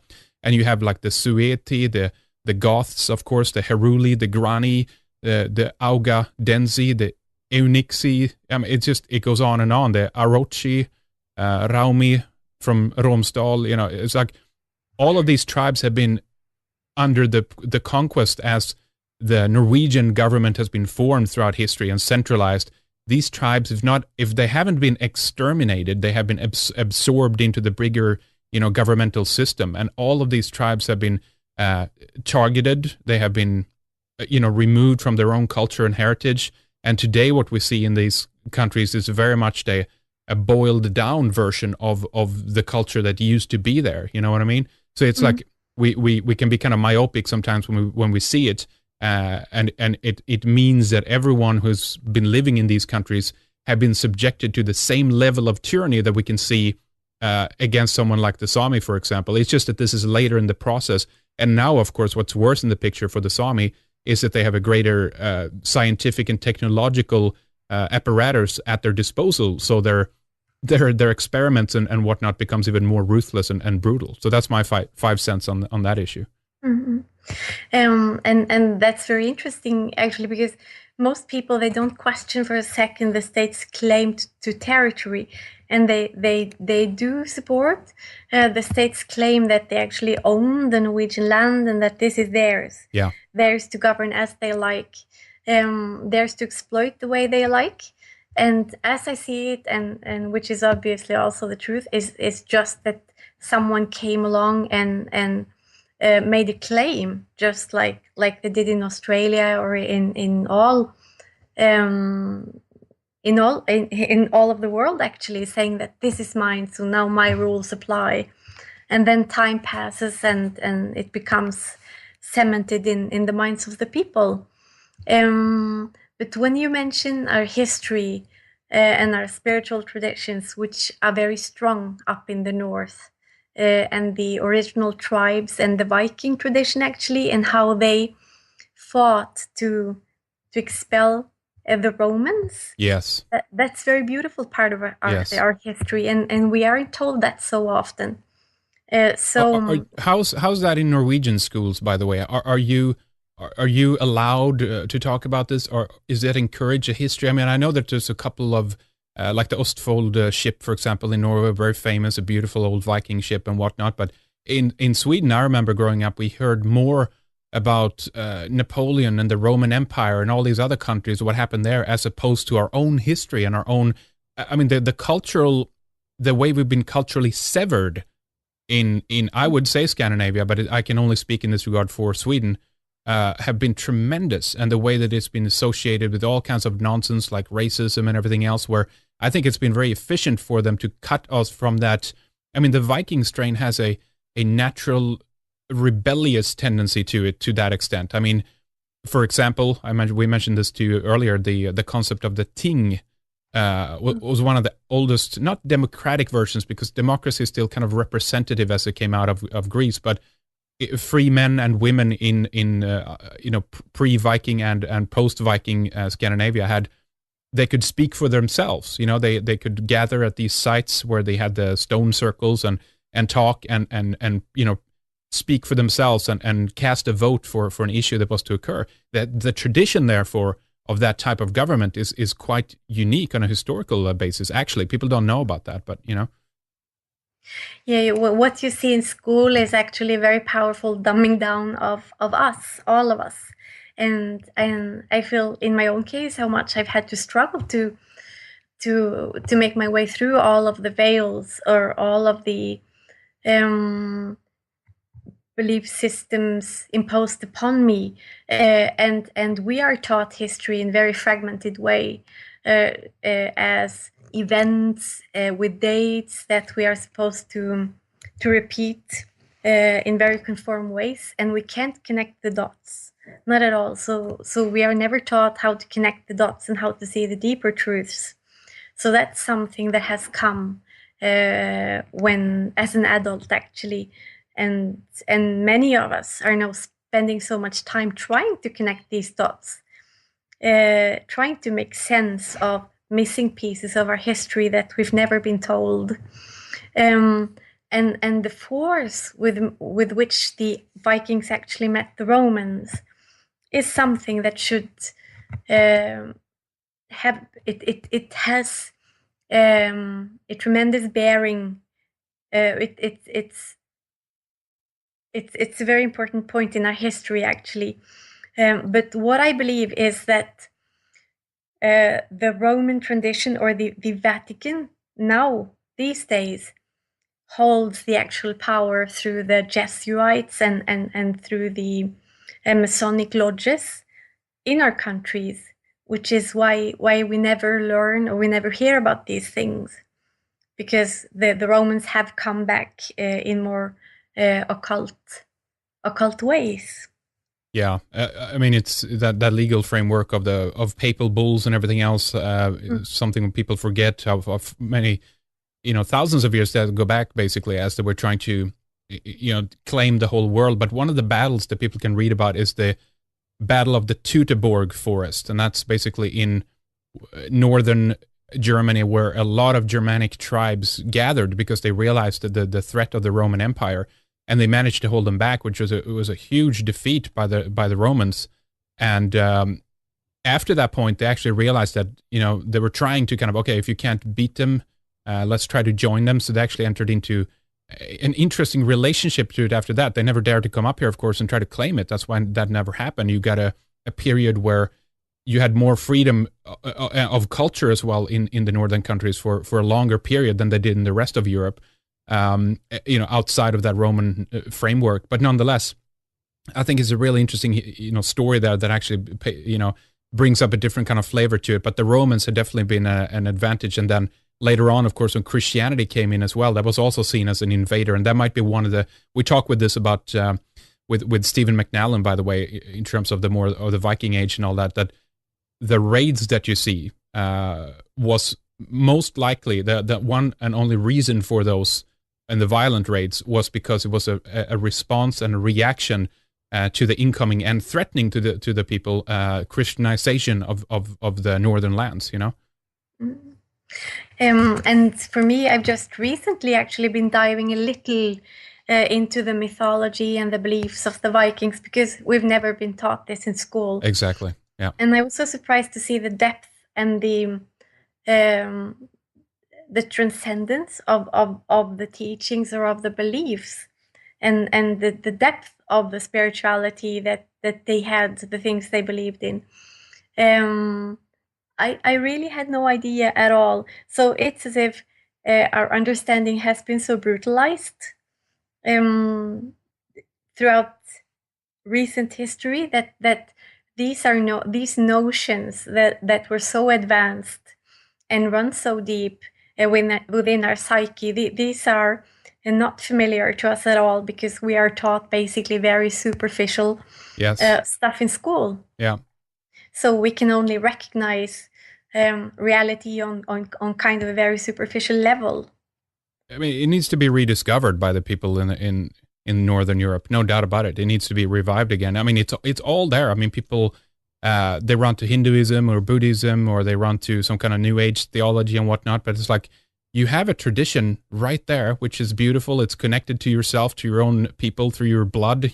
It's like it's a huge shame that they managed to do this. But again, I think we talked about this before we began the second hour, Ingunn, and I think it has to do with the fact that there is a spirit of rebellion within that tradition that is very, very the people, the mechanism of control, rather, whoever the people actually are who are trying to enforce that mechanism at whatever given time in history, know that this is something that cannot be awakened or associated in any way again. Therefore, do not teach it in school. Tell them that they were all barbarians and it ends there. They were just violent, brutal people, and that's it. As opposed to really giving them the full story and the real mythology, the real tremendous, I wouldn't say religious, but spiritual tradition that resides within those, within the mythology itself.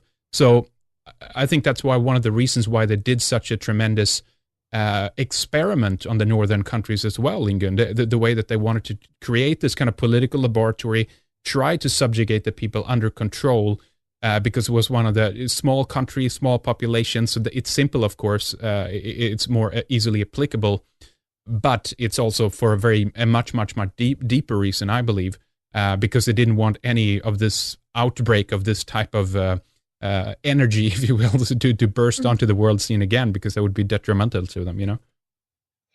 That's a very good point, and I never thought about that. But we have, as a matter of fact, become so subdued, and it would be wonderful if we had access to this force again. And I think we, as it seems to me, we are aided on all levels, also spiritual levels, in bringing forth what might be termed revolution. But what this revolution is rather changing the focus from the state and back to the people, and back to the grassroots, and to where the real loyalty lies. Because we are always told that our loyalty should be with the state, and if we aren't loyally paying taxes, for instance, we are also letting down community. And we must be ruled, because without being ruled, we are barbarians. That's the slogan or the mantra that is being repeated all the time. Yeah. So I can see that there is a growing grassroots consciousness, a feeling that the real brotherhood is our force, and that's where we derive strength from, and that's where the beauty lies, and that's where the focus goes. And this might be the way of reducing the state's power, because the state has reached a point where it's imploding upon itself, because it has applied so much force, brute force, towards the people, the normal people on the grassroots level. And then up comes flowering a new consciousness that actually makes us remember that we are brothers and sisters and co-creators. So somehow we might be reverting to something we've lost, something we've had before. But it seems to be springing forth very naturally. I don't think it's something that can be held back, and it has been for a few thousand years. What people forget too, though, is that we are talking about traditions that have existed for, I mean, if not tens of thousands of years, thousands of years. And this is prior to the subjugation of the Roman system, which was a measure of control. And with that came the state religion of Christianity. And a lot of these traditions were branded as pagan and heathen and evil and brutal and barbaric and all the rest. We know the story now. But the fact is that this is something, if this is a tradition which is tied to the lands and tied to the people, this is something that exists within there. This is not something that's going to go away. Even if one believes in genetic memory or whatnot, it's still something that is tied into the cultural psyche, if you will, and you just can't eradicate that and expect it to go away forever. It's kind of like how other cultures have about their traditions and their gods. If they're the Greek gods, or whatever, however you want to view that. And the fact too, I want to mention, is that there are people think, oh well, we don't know anything about that or whatnot. There are hundreds of texts and stories from this time. There's been so much written consequently as well by so many scholars and researchers that have taken what has been available in these stories and traditions that have been passed down primarily through the Icelandic scholars and the skalds, those who were the bards, basically singing about this and writing about it too. But the gods of the Viking Age, in Northern Mists, there's just hundreds of excellent books written about the subject. So if people want to find out, that's all I'm saying.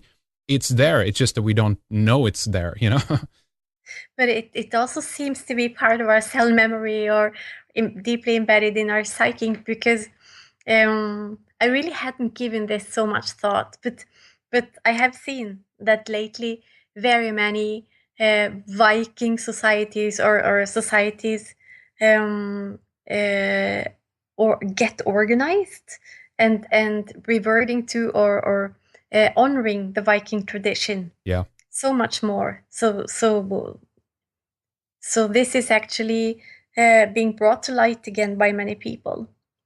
Beautiful. Well, I think that's a really positive note to all of this as well. And I think I do hope that we can see something like that. It needs to be done, because again, to people who don't live in the northern countries and understand the true nature of the silent tyranny that exists there, the quiet, subdued kind of imprisonment, if you will, very much on the psychic level primarily, that it's difficult to convey that, and it's difficult to explain really the nature of there. But it is there, it does exist, and the fact is that something needs to occur there before things just go too far and too out of hand. Otherwise, we're looking at a population completely under the control and subjugation of the state, and it feels like it can go a little bit either way there, Ingunn. But is there anything else you'd like to round things up on here before we begin to wrap up for this time? Ingunn, something you want to leave us with, something else? I mean, obviously, we want to hear about your websites again, where people can go to follow your writing. I know it's primarily in Norwegian at this moment, but nonetheless, it's there and you have it. So please tell us about it. The name of my website is Sigursdatter.com. And as we speak, it's being translated into English also. So you'll soon be very welcome to come visit my website. And I'm so happy to come onto this program because it's part of uniting us and tying us into a web of brothers and sisters around the world, connecting on a different note than before. So I'm very grateful for the invitation to come onto the program. And if anyone wishes to contact with me, they are very welcome to do so. So you'll find my email and my contact info on my website. Very, very good. Thank you, Ingunn. Stay brave, of course, and please keep us posted again. We'd love to talk more with you and see how the developments go, and just stand your ground and, find that spot within yourself and call upon the greater force, if you will. And I don't think they'll stand a chance. Much more coming in the next few days. Chip Tatum and Ulla Dammegård, Robert Morningstar, Richard Duchesne, and many more are coming on the program. We have a full list of our upcoming guests in our radio archive at redicecreations.com and also on our members website, redicemembers.com. Go there to sign up to catch the full program and dig into our deep archives with a lot of material for you. I hope you have some new material to consider today. We want to say thank you for listening, and we'll speak to you in just a few. In the meantime, stay sharp and stay healthy, and have a good day. Take care.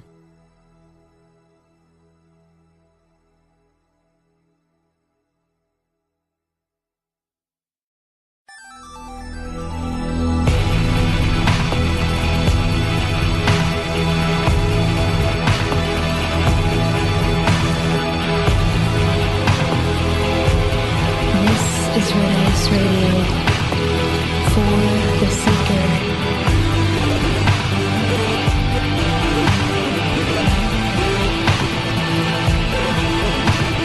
Hey everybody, welcome back. This is Henrik from Sweden. Thank you for tuning in today. You are of course listening to Red Eyes Radio. Please check out our websites redicecreations.com and redicemembers.com for much more. We hear a lot about Norway in the most positive light in the international mass media these days, as the globalists want to push a corporate socialist model upon the world.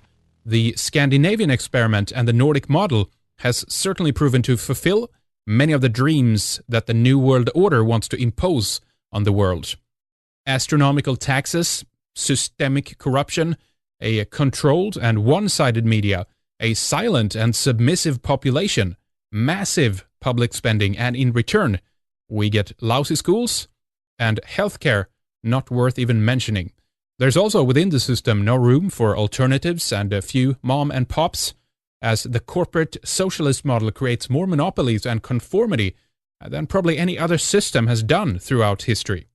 We are talking with Ingunn Sigursdatter today, who has been on the fringes of Norwegian society for some time now, a vantage point from where she can see the absurdity of the system and, of course, what happens if you do not obey and submit to the state. She has a university degree in languages and social sciences, living in various countries, has provided a track record of conventional as well as not-so-conventional careers within different areas. She has founded and co-founded 3 companies, taught at the local university and high schools, and was last running an alternative school in her hometown. She has also co-authored a book for children about Thor Heyerdahl's crossing of the Pacific Ocean in a balsa fleet. We'll be discussing the modus operandi and the underlying nefarious quality of the much-praised Scandinavian social democracies, the engineering of our mind constructs through media and other institutions, and the limits to statism.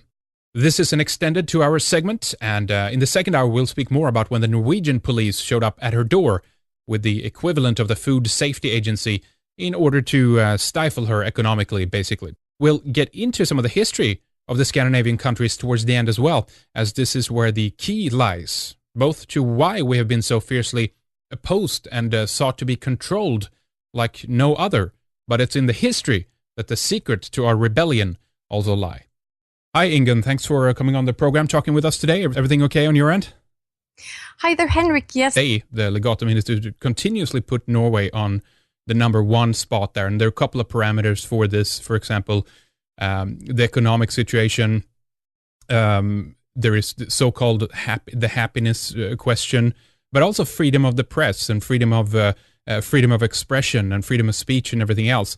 And if the situation is same as it is in Sweden, then we certainly do not have a free press. We have a state-subsidized press, one that do not, bite the hand that feeds it, and the critique is very, very nominal. So an extension to this is, of course, that when this indexing think tank comes along to ask people in Norway, for example, about questions like, how corrupt do you perceive your politicians or your political system to be? Usually that scores pretty fairly low because people are not aware of it, because an indication of this is that the press have to first of all talk about these issues so that people are aware of how corrupt it is. That's the situation I feel in Sweden. Would you say that it's very similar in Norway? Yes, absolutely. And that is what we will be talking about basically, because projected to us, you'll see that there is the image that we live in the best country in the world and that our people is the happiest on the planet. And then occasionally you have polls and you have statistics that try to embed these facts into our minds so we will never forget. So if you ask any Norwegian, they have some kind of automatized repeat button when they will tell you just how wonderful our country is. But we'll it's a default answer, right? You get a default answer from the person you're talking with.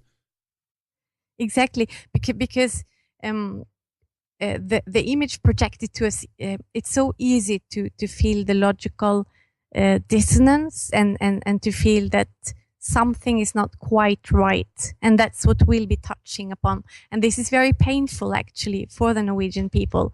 And what we experience these days is the pains of waking up. And many people right now see their illusions crumbling, which is very painful. But before getting more into that, if it's all right by you, I just wanted to clarify a little more about my position, or actually what I wanted most of all was possibly to conclude right away, just to ensure that the conclusion doesn't get lost in the details, because as it is, we have a very clear image of what is wrong with our countries. And I would for one, I think possibly Mike too, be able to describe it quite precisely. Mm-hmm. So what I feel, or what I actually know, is that we, the people in the Scandinavian countries, we have been subjected to a scam. Absolutely, thank you. So I'm Skyping you from the studio of Michael's Roundtable Talk near Oslo, near the Norwegian capital. And what I see around me is an impressive sound studio, actually, and Michael's artwork on the walls. And just like me, we are actually two people in the studio today with you. So like me, Michael is also dedicating most of his time and his efforts and whatever money he might have to waking the people up in times where we see the totalitarian society come closer by the day. So as for me, I have, for instance, not bought clothes in 3 or 4 years, and when I look at Mike, I think that might be the case also for him. Yeah. Well, hi, Mike. Thank you for joining us as well. Hello, Henrik. Hey, nice to talk to you. Nice to meet you. Well, I think we have a really interesting discussion ahead of us here today. And, before we get more into the situation in Norway as well regarding freedom of speech, and there's so many issues that we can and want to talk about, and we'll see how much we can kind of cram into it here. But maybe you can just tell us a little bit about yourself, Ingunn. There's an interesting situation that has occurred to you, obviously, and we'll get into this more later in detail. But we're going to try to tackle this very notion as well, that Norway is the best country in the world's happiest place to live in. And this is something that's get repeated again and again in the mass media. And, there's some interesting numbers that we can dig out on that as well. But just tell us a little bit about yourself, Ingunn. Yeah, I'll just give you a general background so you have an idea. So as for me, I feel that I've been descending the social ladder rather than climbing it, actually. So I feel that I began on the top pretty much. And after that, I've I've come climbing down for the last few years. So I grew up in a politically conscious family, and my grandfather, he was the head of the leftist party. So he was actually a renowned politician. And career-wise, I've been teaching at the local university and at high schools, and I have founded and co-founded 3 companies, and at least one of them with the fair measure of worldly success. So, but what I do now is that is the contrary.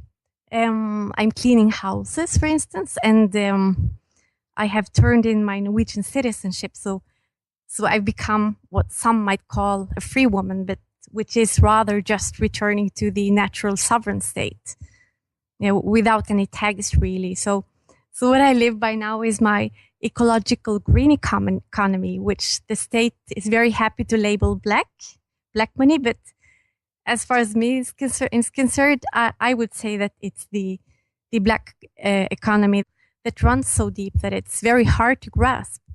So what we see is that George Orwell's Animal Farm has been created within a format that could be called the welfare state. Yeah. Right? Yeah. That's exactly how it is. And then the real objective has been to capitalize to the max on the human resource. And at the same time, all kinds of techniques of social engineering are being actively employed. So each time we show nonconformist behavior, they come along with some instrument to prod us and to get us back in line. Yeah. So actually what we think of as the government, because we think we have a government and that we are a sovereign nation state, but my findings is that these governments are actually nothing more than just platforms. And the purpose is to ease the corporatization of everything that can be sold. So our names, our birth certificates, our DNA, our signatures, everything can be sold. And as I see, this is the purpose of governments. And the government is in itself a corporation with owners. Yeah. Well, so, sorry to interrupt, but I have to chime in. There is something that I've seen as well, that the lingo, the language of that comes with the welfare state has been a scam to begin with. I mean, we see nothing for it practically, and it's all. I mean, people have to question the services that they get in return for the alleged services provided by the government. So it's all what I've never understood is that people continue to return to it as a safety mechanism because they're scared to a certain extent to be on their own, left on, well, they're not going to be left on the outside, but that seems to be a kind of a perception within the Nordic states that it's very important. It's all about security and safety, and that the government is there like your mommy and daddy and capture you in case, something happens. But if something happens, it's very easy to slip through the cracks because that system is an illusion there to begin with. Exactly. And, it's done very cleverly too, because in Norway and also in Sweden and in Denmark, we have beautiful nature landscapes, and especially in Norway, which is very small and thinly inhabited country. People, they love the nature. So do I. I love my country, and we have a feeling of closeness to nature. So what the state has done, or what has been done, has been kind of to create an association between everything we love and the state. Yeah. Like creating neuronal pathways that when we think of the state, we automatically think of everything we love, like the nature. So when someone comes along to criticize the state, people, they feel that the state promotes exclusively. Right. So many people. So when I think about the things that I do now, actually, I think it's so sweet because the allegory fits my life so nicely. So Shakespeare, he says that all the men and women are merely players on the stage, right? And there is only one person who is outside this matrix and who isn't in the game. And that's the cleaning lady, because she comes onto the stage when the actors have gone home, and she sweeps the stage and cleans up after them. So that is actually me now. But if you go to the Norwegian media, you will have to look hard and long to find someone more demonized than me, because I've been visible within the media for the last years as very critical voice of dissent. How did that, tell us just how that happened, how that occurred, and why they, because usually what happens, at least in Sweden and some of the other countries here, they just do not kind of touch those issues at all. They just avoid it altogether. Were you kind of in the media limelight before you kind of started on your little awakening journey, if we can call it that? Absolutely. I was on my awakening journey. And then it was during the swine flu period that I was kind of launched onto the national stage. But it is, as you say, we had to ambush the media and use strategies to come onto the national media, actually to be heard at all.